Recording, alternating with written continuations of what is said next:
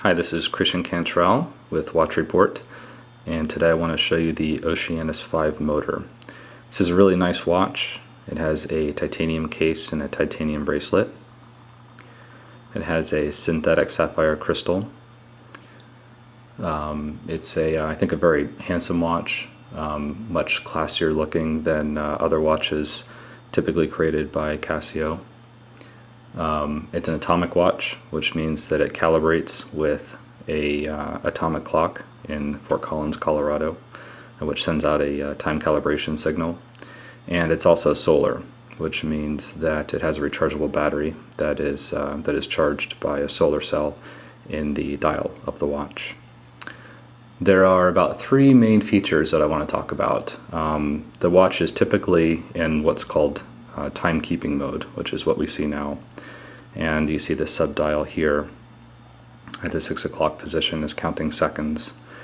And the other sub-dials, this one's sort of dormant, not really doing anything, and this one's a 24-hour sub-dial on the left here. And so the first feature I want to show you is chronograph mode. In chronograph mode, it's your standard chronograph. You hit this button here, and you can see the chronograph second hand makes one full rotation to let you know that it's ready, and you hit it again and it starts. This sub-dial down here is counting fractions of a second, and the chronograph second hand is counting full seconds here. You can hit this button to stop it, hit the button again to restart it, and then hit this button on the upper left to reset it, and hit the button on the upper left again, and you go back into timekeeping mode. So that's a chronograph, pretty standard. The next feature I want to show you is the roll time feature, and this is a really nice feature. You hit the lower right hand button and the watch goes into roll time mode. And what you see happening here in this sub-dial is it's changing to a second time zone, to the time zone I have set as my secondary time zone. And this is a sub-dial, it's a 24-hour sub-dial, so I know whether it's AM or PM in the secondary time zone. And I don't know if you just noticed, but the chronograph second hand just came around and it's now pointing to TYO, Tokyo. So that's an indication that the secondary time zone I'm watching is Tokyo. So we can see that the time in Tokyo looks like it's about almost 3:30 p.m.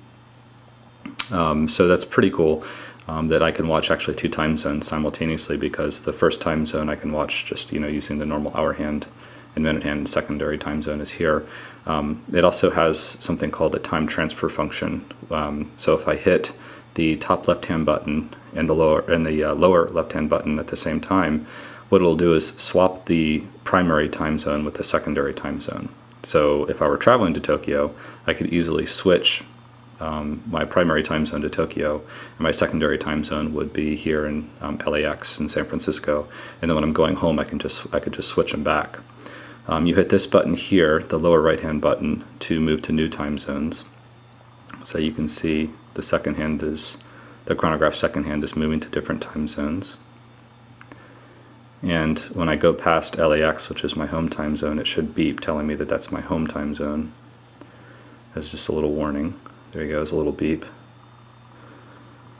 And you can see the sub-dial there at the 3 o'clock position adjusting. And I'll move it up to New York City. So just zoom in here, so it's pointing to New York City. So that's a really, really nice feature of this watch. You can leave it in world time mode as it is now, so you can track the multiple time zones at the same time, but I'm going to put it back in standard timekeeping mode by pressing this button here, and you can see the world time sub-dial goes back to its sort of dormant position, and I'm now in standard timekeeping mode. The last feature I want to show you is the alarm. To activate the alarm, or to get into alarm mode, you hit the lower left hand button here. And what's just happened is the chronograph second hand has just rotated around there to show me that the alarm is off. If I hit it again, it's on, and the watch beeps as a additional indication. So it's off, and then it's on.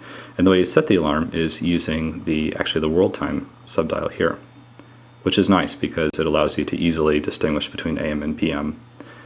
So you can set your alarm, and once the alarm is set, you hit this button to go back into standard timekeeping mode.